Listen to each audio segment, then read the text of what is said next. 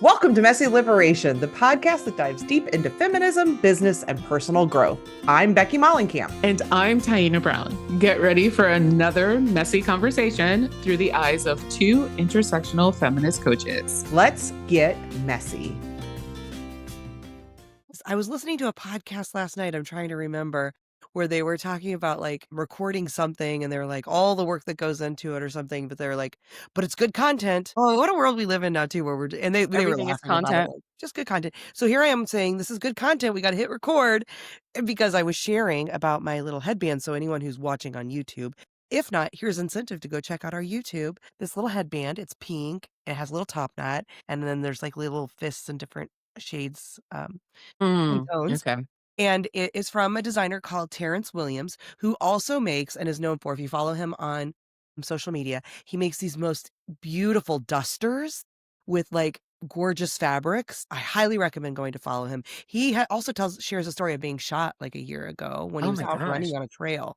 Like he was a victim of like just a random shooting, but he does all of this amazing stuff. He's awesome. So anyway, so I'll find him and link him in the show notes because I want to give him a shout out. And I'm here on my couch trying something a little new. So if you're watching on YouTube, you'll see Super Cash today on the couch. Super Cash.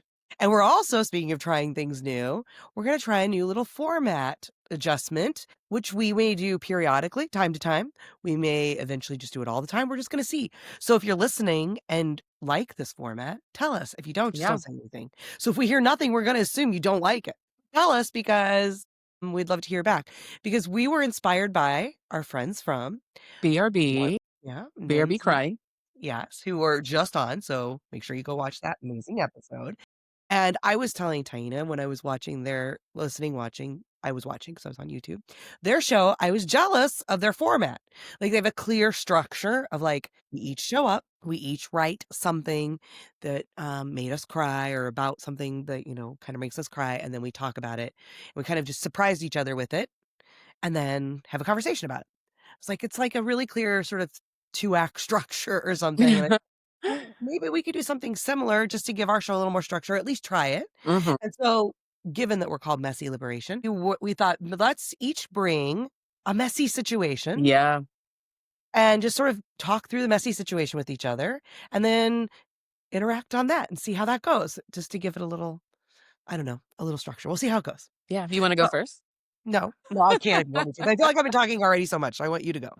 If you're willing. Okay, no, I'm willing and able. So my messy situation, and I'll just preface this by saying sometimes my messiness will be fun stuff. Sometimes it won't be. Same. This time it's not something fun. So yesterday, Becky and I meet every Tuesday to do go over admin stuff for the podcast and for the coaches circle community that we have. I started calling you my business partner, by the way. I was like, oh, that's what we are.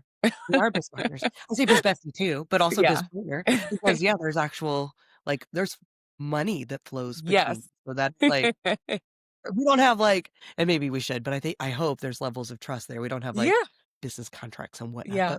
And maybe one day we'll get there, but I think we're fine right now. Yeah. I feel like it's Yeah. Anyway, so we have our standing meeting on Tuesday, and all of a sudden I hear outside my house, stop running, I don't want to shoot you. And not words you want to hear. No, on a Tuesday during lunch. So I was just like, what the fuck? And then almost immediately I was upstairs in the office. That's where I record. That's where I usually work. And my wife works downstairs at the kitchen table. And then almost immediately my wife texted me. She was like, some guy just ran through our backyard. Just like that. Fence. I heard her say are you seeing this? Oh, that's right. She yelled it out. She yelled it out from downstairs. And then you were like, yeah. And I'm sitting here observing going, I was like, are your doors locked? Are your windows locked? Are your windows closed? I'm like, can I just quickly say, I have long had, since the COVID days of everybody moving to Zoom. And I mean, I used to use Zoom before that, but I didn't think about it as much because it was a little less common, I guess. But I just started to have these thoughts of everyone is now sitting at home on Zoom. And I am like, how many times am I on a call with somebody and it's just like you are right now? There's a door behind them. It's shut. They're home, presumably alone. And I have had, because, I have a lot of anxiety. I have this constant fear. I've always been like, what happens if I am on a call with somebody and I see And that they door get, open yeah, and there's like a mass killer, yeah, who do I call? Especially if I don't know you well. Like I have coffee chats with people. I'm like, I don't even know where you are in the world. Like yeah, to me, it feels like the start of an amazing, scary movie. yeah. But anyway, I was Well, there having a is a moment of horror like, holy movie. shit, my fear's coming real. Yeah, there is a horror, not a horror movie. I think it's a thriller movie that came out a few years ago that was like has that premise where someone Oh, like walks really? in. Yeah, I mean, you know what it is? Because this has been yeah. like something I've been talking about for 5 years and just this. Well, anyway, yesterday I had a flash of like, oh my God, no, please, not my fear coming true where I'm gonna be on this call with Taina and someone's going to be like coming into our house with a gun. No. I should probably give you like emergency contact info just in case because we spent so much At time. least I know where you like. I actually have your Generally, address too. So yeah, like I would be, although I'd have to look for it, but I have it somewhere. So yeah, I'd be like, at least I could call if I needed to. yeah, yeah. So, well, it turns out actually we don't know what happened or what caused the chase, but there was it looked like a young man. Eventually, once I looked out the window because I can see into my neighbor's yards from the window of my office, he ended up like two doors down in a neighbor's backyard, and the cops were chasing him. He And either, quite a few cops, right? hmm?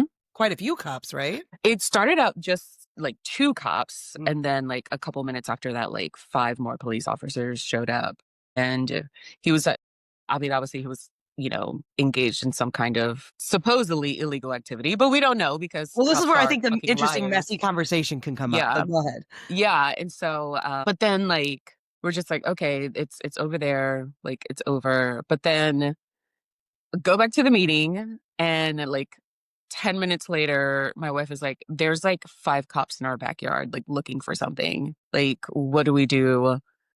I asked Becky, I was like, should we go out there, like what, like because a part of me is like, get off my fucking property, like you didn't even ask permission to search my backyard. But I also just don't want to talk to police officers, like I just don't. And so, and you were like, just like don't talk to them if you don't have to. And I was like, actually that's what we're gonna do. So it's just like, let's just ignore them unless they come to the door, just like don't talk to them. Also, I don't want to be, you mentioned this, like you don't want to be seen talking to cops, like you don't want to look like the person that's like snitching, for lack of a better word. Well, snitches get stitches, as they say. Right. And it's not because like I'm necessarily like afraid of my neighbors or anything like that, but like cops just suck. Like they're Well, just that's, the I think, yeah, worst. it's just such an interesting part. Like, it's that reality of, yeah, it's not because snitches get stitches stuff. It's not because you're ratting someone out. It's like speaking to the enemy. Yeah. Yeah. Like I don't want to be seen as a person who's like complicit in the policing of my neighborhood. Right. But this is the interesting stuff that to me, like with this story, and this is a case where I knew about this one in advance. Sometimes we don't, like, you don't know what I'm going to talk about. But I do think it's interesting, like, to think about policing in theory versus in like reality, right? Yeah. So we see cops in our yard, and like, it's just interesting how immediately, and because my thought is the same thing of like, oh, this guy must have done something bad, Yeah. right? And I had to catch myself yesterday. I was even like, well, shit, maybe you should have invited the guy and give him shelter, right? But it's interesting how we are so conditioned that I feel like our initial reaction is, you're being chased by police. I should be scared of you, Yeah. right? You probably did something wrong.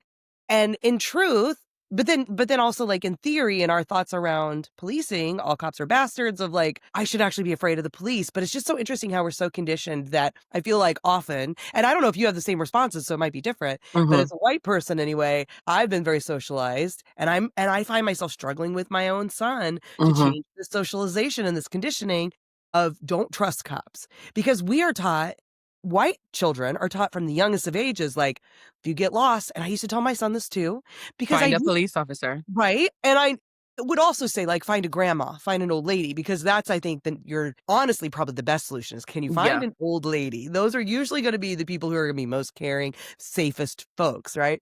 But we teach people, find a police officer, trust people in uniform. Hmm. And so it's hard to unlearn that because it is so conditioned from the young Yeah. age. And yesterday was just really an interesting experience for me, being on this other side here, witnessing what you were going through, of like catching myself in real time. And I noticed myself catching in myself in real time of like, wait a minute, my instinct is, go lock your doors because this guy might have a gun. And that can be true, right?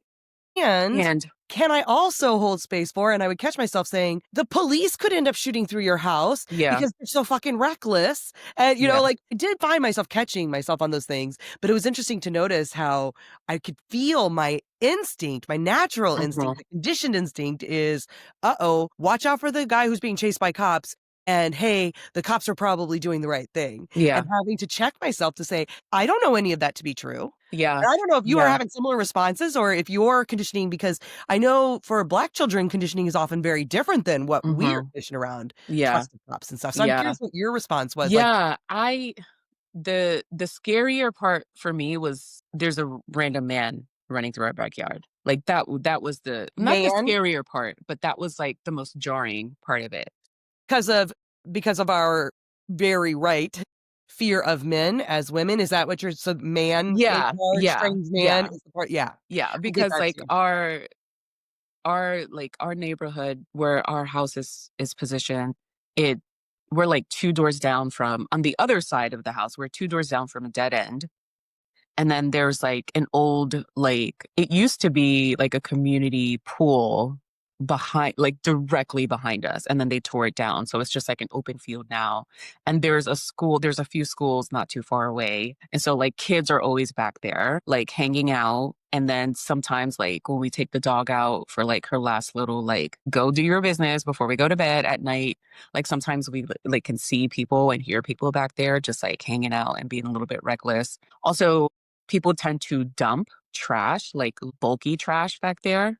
I'm glad you said trash, because when you said people tend to, I immediately picture pooping. Just so you know. I mean, I'm sure that happens too. And so it's just kind of it's just kind of become this like throwaway space. Yeah.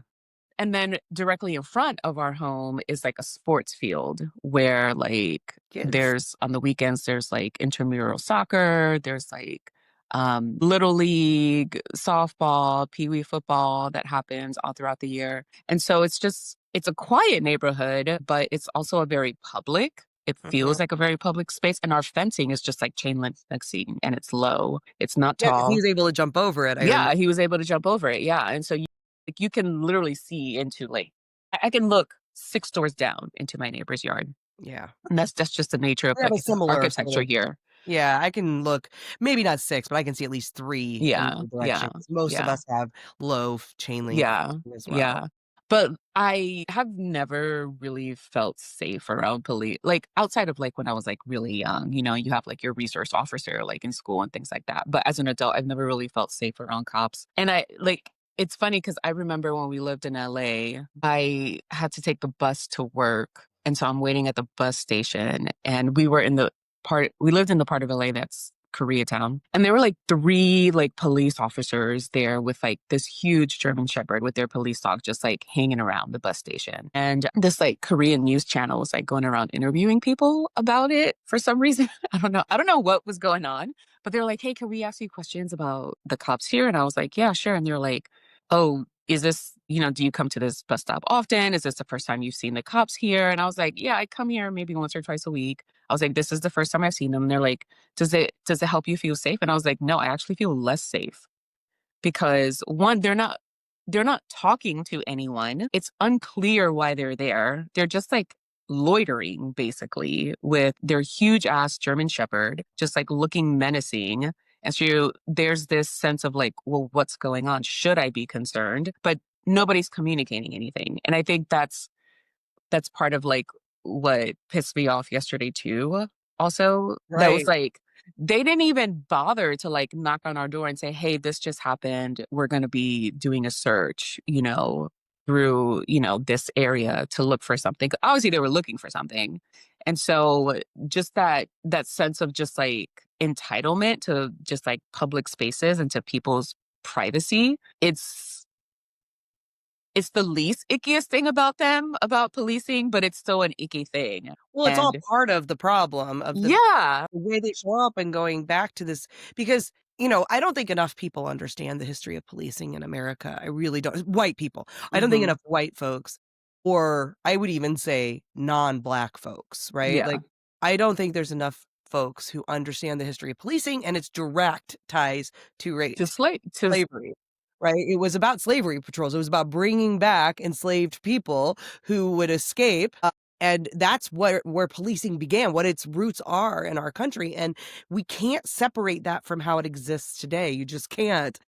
And so it very much shows up because it is this like belief that people are property and that everything they're doing is in service of some ownership sort of a structure, right? So it's like this belief that like, of course I have access to your yard, right? Because you are beneath me. I am servicing, even though in true how it should function today is that they should be servants. They're civil servants, right? They're supposed to be public servants. They're supposed to be in service of the public, as in we are your bosses. Yeah. But it's not how it looks in practicality today. Yeah. And when people talk about abolish the police, people get so confused about what that means because it doesn't mean that we want to get rid of justice. Right. We want to get rid of protection and safety, but it's what does it look like? We need to abolish it as it exists, the systems that were created because it is so rooted in all of this, because it's rooted in slavery, because it shows up still in those same hierarchical structures that are so horrendous and treating people like property. And it's saying that whole system needs to be abolished and completely rethought. Because what you just talked about is what made me think of all this, which is the community element, right? When we talk about getting rid of police and replacing it with something different, it looks like policing, but it's community policing. It's a system that puts of accountability. Yeah. Right. Accountability, putting people first, communication, being involved with the citizenry, these are people who should be walking the streets and knowing the people inside the community. That's what one time actually policing did look like that in some areas, like in more urban centers like New York City. There may be some degree of that where you actually have street cops who are on the street who get to know the community. Speaking of, you've never watched it, even though it's about your city, The Wire and more. If you go and watch The Wire, that's an interesting part of the discussion. The reason I love The Wire is because the first season especially each sort of season focuses on one system that's broken. And the first one is policing. It also talks about media, talks about government. Each season kind of has a different piece of it. I really think at some point we should watch it and have conversations. I think whenever we do move from Baltimore, we'll probably watch it. Then we'll do it. Okay. I don't think we can watch it right now. You can't do it right now. When you move from Baltimore, maybe we could do it. We'll watch it at the same time and have discussions about it because it is really good. Yeah. It talks about policing and all of the problems with policing. And part of that is the police aren't in the community. They don't know. Often they don't live in the community, especially in urban centers where these police officers often live out in the suburbs. They're often white. Then they're coming into urban centers that may have a larger minority population or non-white population. And they're bringing all these prejudices that they have into this space because they don't live and work and talk and, exist amongst the people that they're then policing. So they're bringing this like that slavery mentality. Anyway, so of just they punishment. should be knocking on your doors. And not only should they be knocking on your doors, they should know you. Right? They should be like, hey, Taina, just here, we want to just so you know. Yeah. We actually had a cop knock on our door last year, or earlier this year, like late one night, we heard like gunshots, like a few doors down. And occasionally we hear gunshots. They're never really close by. This was the only time that it's been like that close. And then we like heard a car speed off. Like we checked our Ring camera, just to make sure there was like nothing that was like no lingering activity. The cop showed up like a few minutes later. And then like the next day, a sheriff showed up, or I don't know what the fuck he was, but he showed up at our door. He was like, oh, we were just wondering if you had any like footage from your Ring camera. We're like, no, we don't have anything. Sorry. That's what I said yesterday. Didn't see anything, didn't hear anything, don't know anything. Yeah.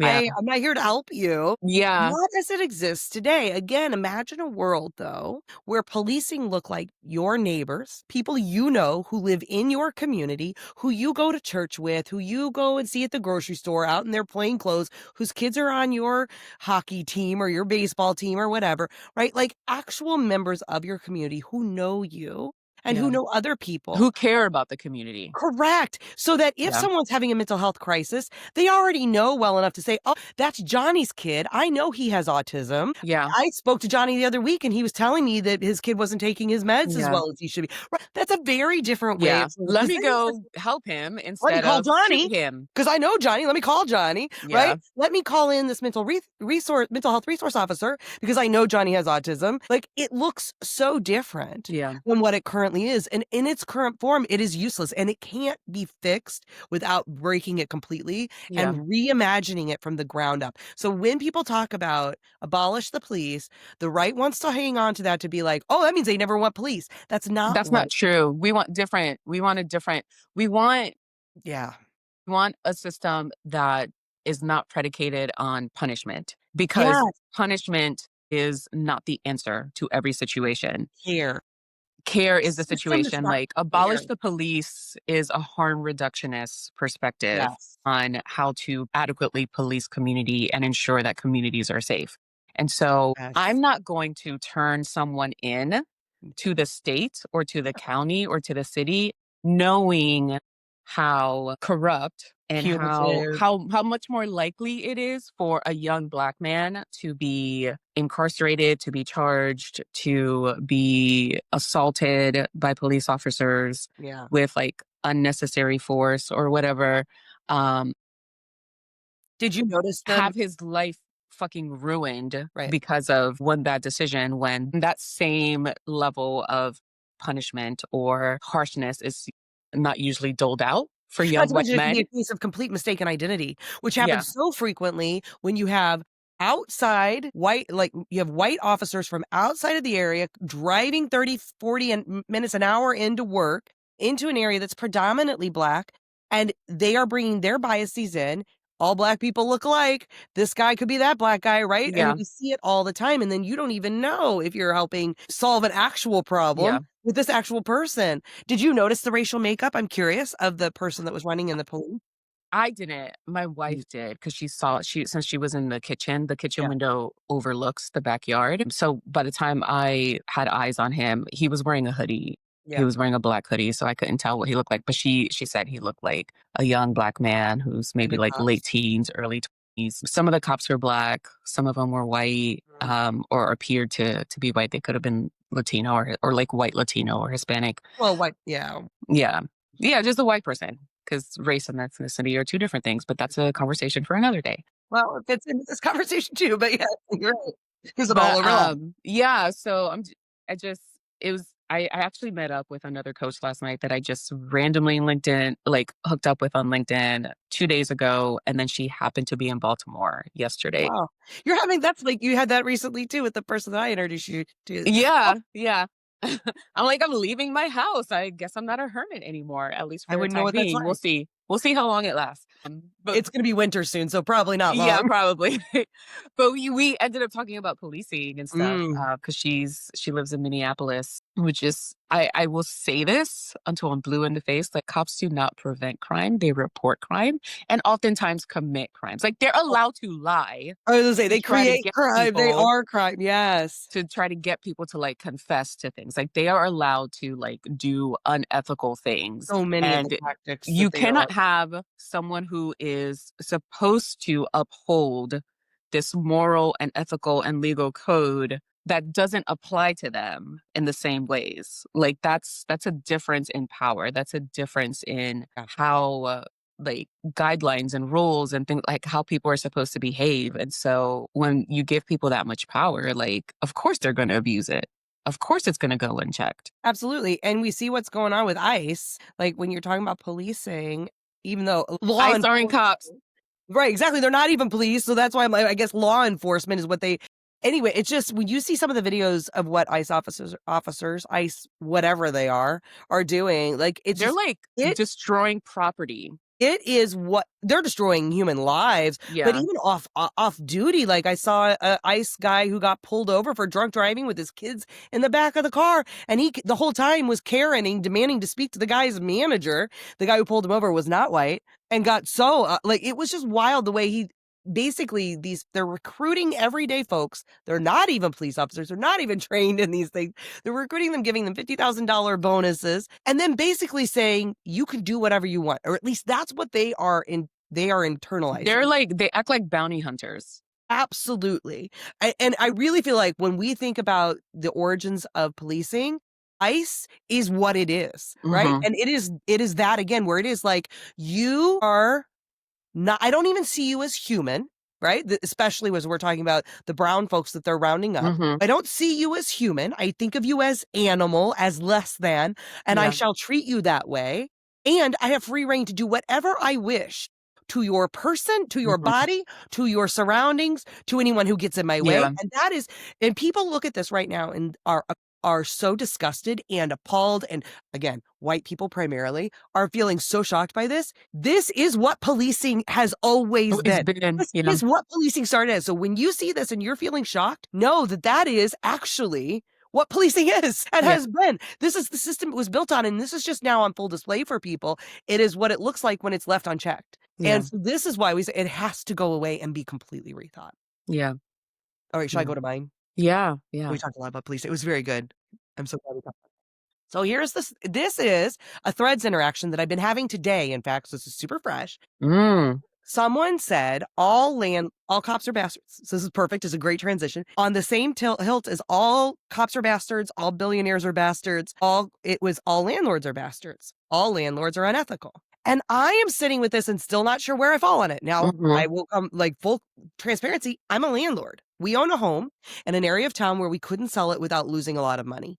We were very upside down. So our best option was to rent it because we had a young baby. It was a two bedroom, 3-room basically house. It just, well, there's no way it was going to work for us. Mhm. Gunshots all the time, and they weren't that far, and I had a young baby. So we wanted to move. We moved to a more diverse area of town. I love where we're at. You know, I've talked a lot about my kids' exposure to diversity in his school and everything else. I'm so thrilled with where we are. It was the right choice for our family. We actually left an area that was where we were the minority. That's okay. Like, it was fine for a long time when it was just my husband and I actually really had no problems. Once I got a baby in the situation, I was like, I don't like schools that are super segregated. Whether that means my child is the only one who looks like him in his school, or he's at a school where there's the black student is the only one. I really wanted my child to be in a school that was very diverse. So he's in that now. So we moved from a place that was very segregated to a place that's not. So I feel really good about all of that. Unfortunately, we have a house behind there that we couldn't sell. We would lose money. What do we do in that situation? Maybe we should just lose the money. I don't know. Sell it for nothing. We're not rich. We can't afford that. So we wanted to rent it out. We rent it out at market value. Like, it's not a lot of money. The area doesn't cost, there's not a lot of money to be had there. We make enough to cover our rent. Yeah. Plus a little extra, which goes into a pot because very soon the house is going to need a new air conditioner and a new furnace.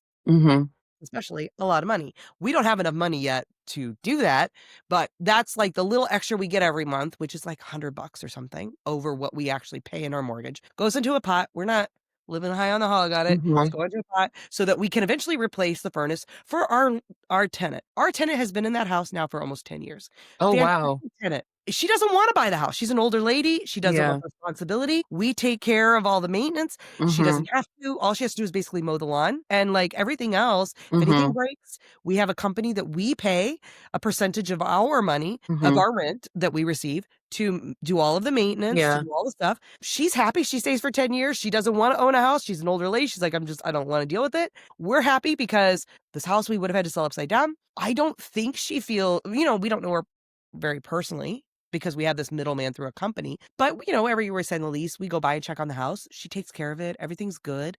Am I a bastard? I don't know. Am I unethical? I don't know. And I'm open to hearing the arguments. This person on Threads was saying, because I was like, okay, wait a minute. I've had times in my life, because our argument was housing should be so affordable that everyone can buy a house. Yes, and I want to and that to say, not everyone wants to buy a house. Yeah. I truly believe that. And I don't think it's only because it's not affordable. I think there are many people like this elderly tenant, like myself when I was in college, and me at different points in my life after a divorce, where I'm like, I don't want to deal with owning a house. I don't want to deal with maintenance. But also sometimes I don't want to live in an apartment. Yeah. For a lot of reasons. I don't want to listen to my neighbors all the time. I don't want to have to smell their food in the hallways. Like, I have a dog. I'd like him to have a fenced in yard. So like, I'm still struggling to wrap my head around this. They were saying it's unethical to make money off of something that should be a human right. So then I was like, I get that to a degree. Like, I hear that. Like, I do think housing should be a human right in the same way I think healthcare should be a human right. And food should be a human right. No one should starve. No one should not be able to have a roof over their head to keep them safe. No one should have to like die of cancer simply because they can't afford care. So all of those things I'm there for. But does that mean people who own grocery stores are bastards? Does that mean people who own restaurants are unethical and bastards? Right? Like I'm trying, where do we draw that line? My argument, because I'm like, so then does everyone just get free housing? Because now we're getting to like communism where, and not to say that communism is inherently bad, but what it often looks like is here's your box, every person exact same space. There's no longer choice. Everything is assigned by the government. You don't get to decide. Right? It removes all agency. Is that a better option? Or, in my opinion, what it looks like is SNAP benefits, which, by the way, are about to go away, and aren't enough. But what it should look like is everyone has their minimum needs met. So everyone has a place to live. Government helps to subsidize whatever it takes for you to make sure you at least have your minimum needs met, where each person in your family has a room. I think that's fair. You have a space to be able to cook. You can use the restroom. You know what I mean? Like everyone has at least that. And then those who have more pay more to make sure that everyone has their minimum needs met. But then if you have a little extra left and you get a slightly better house or you want to go to one nice meal or whatever, all of that is still ethical and okay. It's not wealth hoarding like billionaires. It's saying I am contributing to make sure that everyone has their minimum needs met. But also, maybe I employ 600 people and I pay them all very fair wages. But, because of that and all the risk I put in, I make some more. But then I was like, listen, I'm also happy to hear maybe this is all my conditioned capitalism and I can't wrap my brain around this yet. So I've now presented all of my case. I'm very interested to hear, because I was like having this argument. I was like, I wonder what Taina would have to say. I wonder what Faith would have, like some of the people in my life that are more involved than I am on some of these issues. I'm really curious where you fall on, are all landlords unethical bastards? And knowing that I'm totally thinking that maybe I am. Yeah. I get why someone would say that. I think for me, I wouldn't say all landlords are a bastard. I would say all developers are bastards. I think when it comes to landlording and like housing, well, one, it's a different kind of system than policing, right? Policing is like state sanctioned, right? And so if you're listening or watching, more than likely you already have some understanding that there are things wrong with our government, the way our government runs, right? On the big scale and at the local scale as well. From the founding until today. Yes. Yes, from top down. Yes. A rebrand, a rework, a rebrand, whatever the fuck you want to call it. Top down, front to back. Needs to happen. Yeah. And so I think with things like policing, it's really clear that it's a systemic issue that creates a interpersonal issue. I think when it comes to landlording, there's the systemic side to it, but then there's also there's more nuance, I guess is what I'm trying to say. Like, there's way more gray area when it comes to housing and landlording, because you have developers, businesses, right, who are coming in and just taking over. Yes. Driving, rental prices up, pushing people out. Then there's just so many layers to it. Then you have people who are like flippers, right? Who are gentrifying areas. You have gentrifiers, right? Right. White people who could afford to live in nicer places but don't want to. And so they move into these neighborhoods, drive up the property value that pushes out people who have been there forever. Then you have people like you, right? Like we've talked about it. Like, okay, well, we move. Do we sell our house or do we rent it out? Right. And it's not that we're trying to ask a cash grab. Right. It's not exactly. We're not trying to get rich over renting our house. We're just trying to find the easiest, most efficient solution for dealing with this property once we decide to move, in a way that isn't going to cost us any money and overburden us with responsibilities. And so whether those responsibilities are financial or otherwise. And so I think there's a lot more complexity there that has to be teased out. I don't think I would say all landlords are bastards. I Here's would say where there's something wrong with the way yeah. housing is treated. And definitely needs to be, I don't know if more regulation is the answer, but people I should be think able to live. well, I think having the conversation about all cops being bastards before this is helping me in this way as you're talking and me thinking this through. I don't know that this particular individual meant it this way, because one of the pushbacks when I was like, but not everybody wants to buy or own a home. Like, a lot of people would rather just rent. Like, they don't want to deal with maintenance. And the answer was, well, then hire a handyman. I'm like, I don't think you're getting what I'm No, saying. but Right. then not everyone has the financial means Well, to but I hire think the a point being, handyman. like, you should, like, I guess now the government's providing handymen for these government provided houses. I have no Was idea. there argument that the government should be providing housing for everyone? Maybe, but yeah, I guess. I don't know. It was a very confusing argument to begin with. But I think part of it was like we were just maybe not speaking the same language. But what I'm starting to think is, I think maybe the sentiment that I can kind of get behind is all landlords are bastards in the same way all cops are bastards, meaning policing is a very problematic institution. And I do think that the rental system, the landlording system, the extractive nature that often exists inside of housing, temporary housing, or whatever you want to call that, is problematic. And so, in the same way that I've met individual cops who are really great people and who do care and who are trying to do things differently, that doesn't change all cops are bastards in the same way that don't tell me not all men, it's all men till it's no men, right? Like, Yeah. it's about masculinity as a problem, policing as a problem. And in that way, I can get behind all landlords are bastards if we're meaning like this is a system, while maybe not government sanctioned, although there is a degree of that through HUD and other parts of Mm-hmm. Section 8 and like government assisted kinds of housing. So the government does get involved in housing. The system is a problem. I agree. Housing and who has access and who doesn't.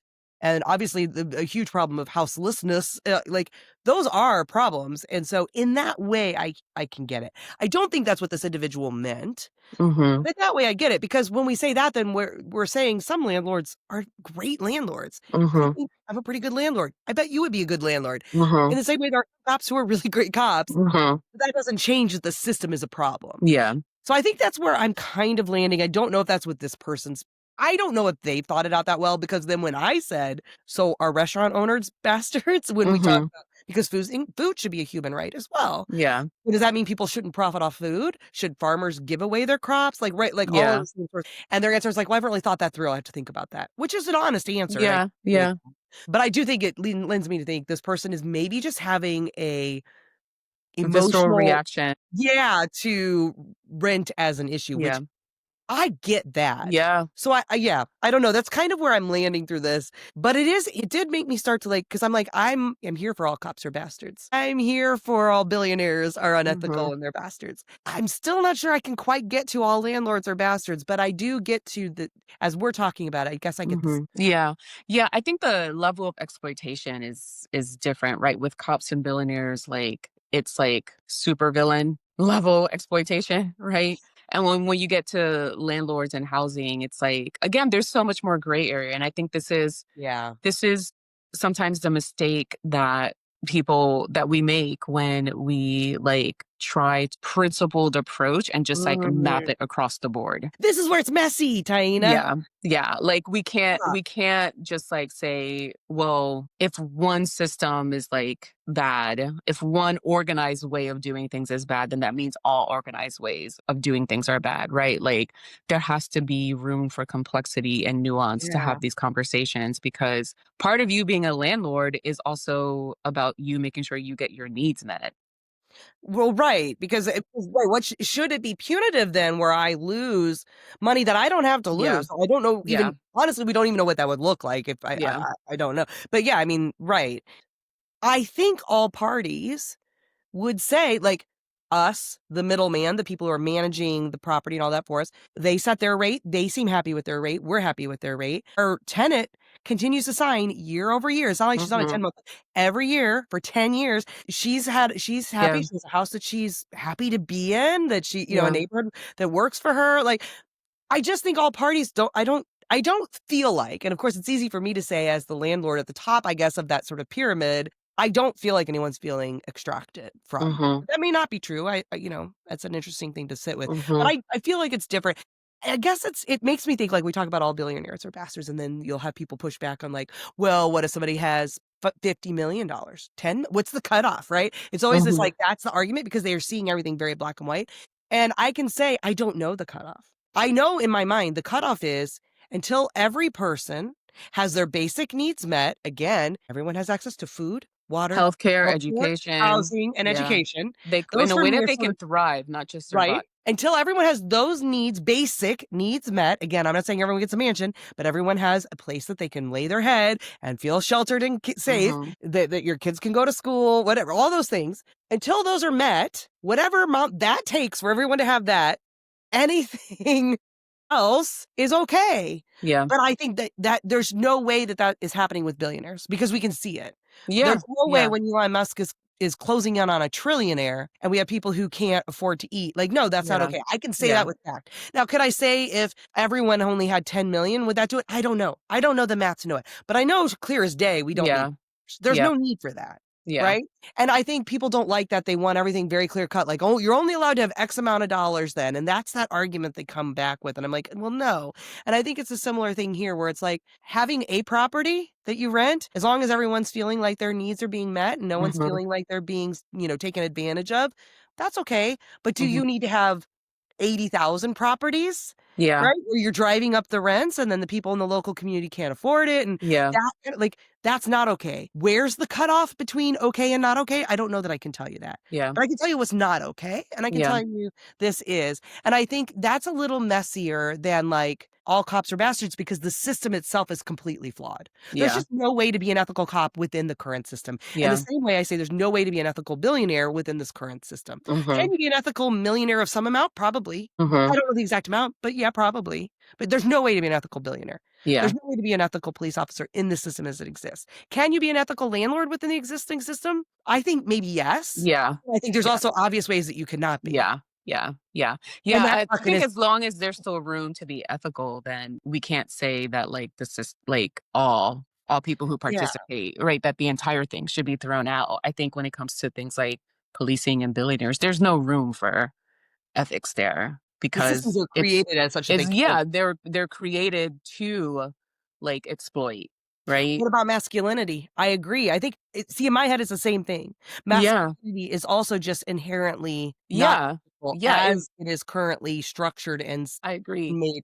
Okay, good. Because Yeah, in my I head, agree. I'm like, I still very much say all men until no men, but Yeah. I think and whiteness too, by the way. There's yeah, no way. I take that on myself. There's race no way was for me to be inherently created to other. correct. Masculinity was inherently created to other. Femininity was inherently created, like any like those gender norms were inherently Yes. created to other people, and so because of that, they're inherently oppressive and toxic and harmful, not just to the people that are the other, but to the people who are centered in those Yeah. experiences as well. Oh my God, the more I realize the ways that, not again, because I'm not centering myself, but because you mentioned that, the ways that I realize my whiteness is harmful to me, like it makes me so sad for me too. Like, not my sadness is obviously the lowest on the degrees of sadness, but I do feel that of like, oh, man, it is so sad. Yeah. The way I only wanted to bring up whiteness to make it clear, like I'm not trying to point at everyone else and say everyone else is unethical, and then the system that I benefit from is because I do think landlording is different than my whiteness. My whiteness, I absolutely say there's no way for me to be ethically white, right? Which one last messy thing, and then we'll go. Makes me think of these. I'm a non-practicing white. How do you feel about that? I haven't heard that. Oh my God, there's a What black the hell woman is selling that? those T-shirts. So like, that I don't want to speak to, but there's a lot of white women who'll show up on like threads and places and be like, well, as a non-practicing white, I think blah, blah, blah, because I talk a lot to white women specifically. I will often on threads do what I can to try and educate white women because that feels like the lane that I should be sticking to is like, I speak to other white women about the ways that we fall short and how they can learn.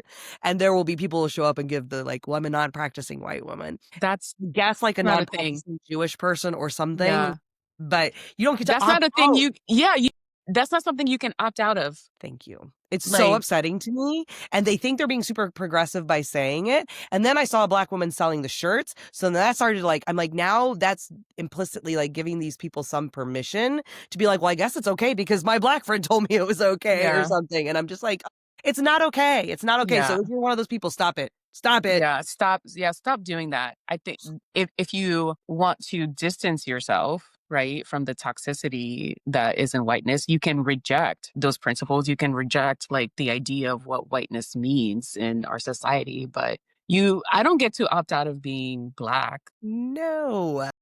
I Or think it is a way for white women to try to feel better argue about themselves themselves. from Yeah. those white women so that they basically get to excuse themselves from Yeah. having to do the real work. Yeah. I agree. It's a way, it's a way for them to just feel like, I'm not a Karen. Yeah. I'm different. I'm a cool mom. I'm not like the other Yes. moms. I'm a cool Yeah. mom. I'm not like the Yeah. other whites. I'm a cool white. No, Yeah. you're still white. So like Yeah. just own that shit and You keep still benefit from being white. You still have that privilege, regardless of what the fuck you're wearing. nothing you can do about that. So Yeah. stop trying to pretend like it's not true and sit with the fact that it is true. Yeah. And then what does that mean? And I love the question you asked in our community, which is like, how have I used my privilege this week? Right. Yeah. And that's what we, especially as white women, because we have immense amounts of it, need to be sitting with all the time. Instead of trying to distance yourself from it, ask yourself, how am I using it? Yeah. Make a difference. Yeah. In the white spaces that you're in. Like go to your people. Right. And Which do is what, something about that's them. one small way I try to use mine Yeah. is to educate other white women on Threads. Yeah. It's not a big thing, but there's enough people sort of listening to me Yeah. that's something, right? So finding that for you. I liked this. What did you think? Yeah, I did too. I Okay. did too. I mean, think we we have a should do it guest again. coming next, but in between guests and stuff, and then should we give them a little hint of our secret series thing or no? Yeah. You wanna Okay, good. You look like you're bursting at the seams to talk about it. No, So I'm go for it. I'm just excited. Yeah. We're going to do a special series next year called Everything is Political. And we're going to talk about, with some guests, hopefully some pretty cool experts in various areas, things that you might not think of.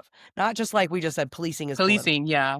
But Yeah, like day-to-day things that are so like embedded and like, oh, that's just normal. Reading. That's how it is. Why Yeah. why is your reading political? I don't know. Parenting, maybe. I don't know. Some different things. Garbage. Just throw in your trash. Why is that political? So that's going to come next year too. And we're very excited about that.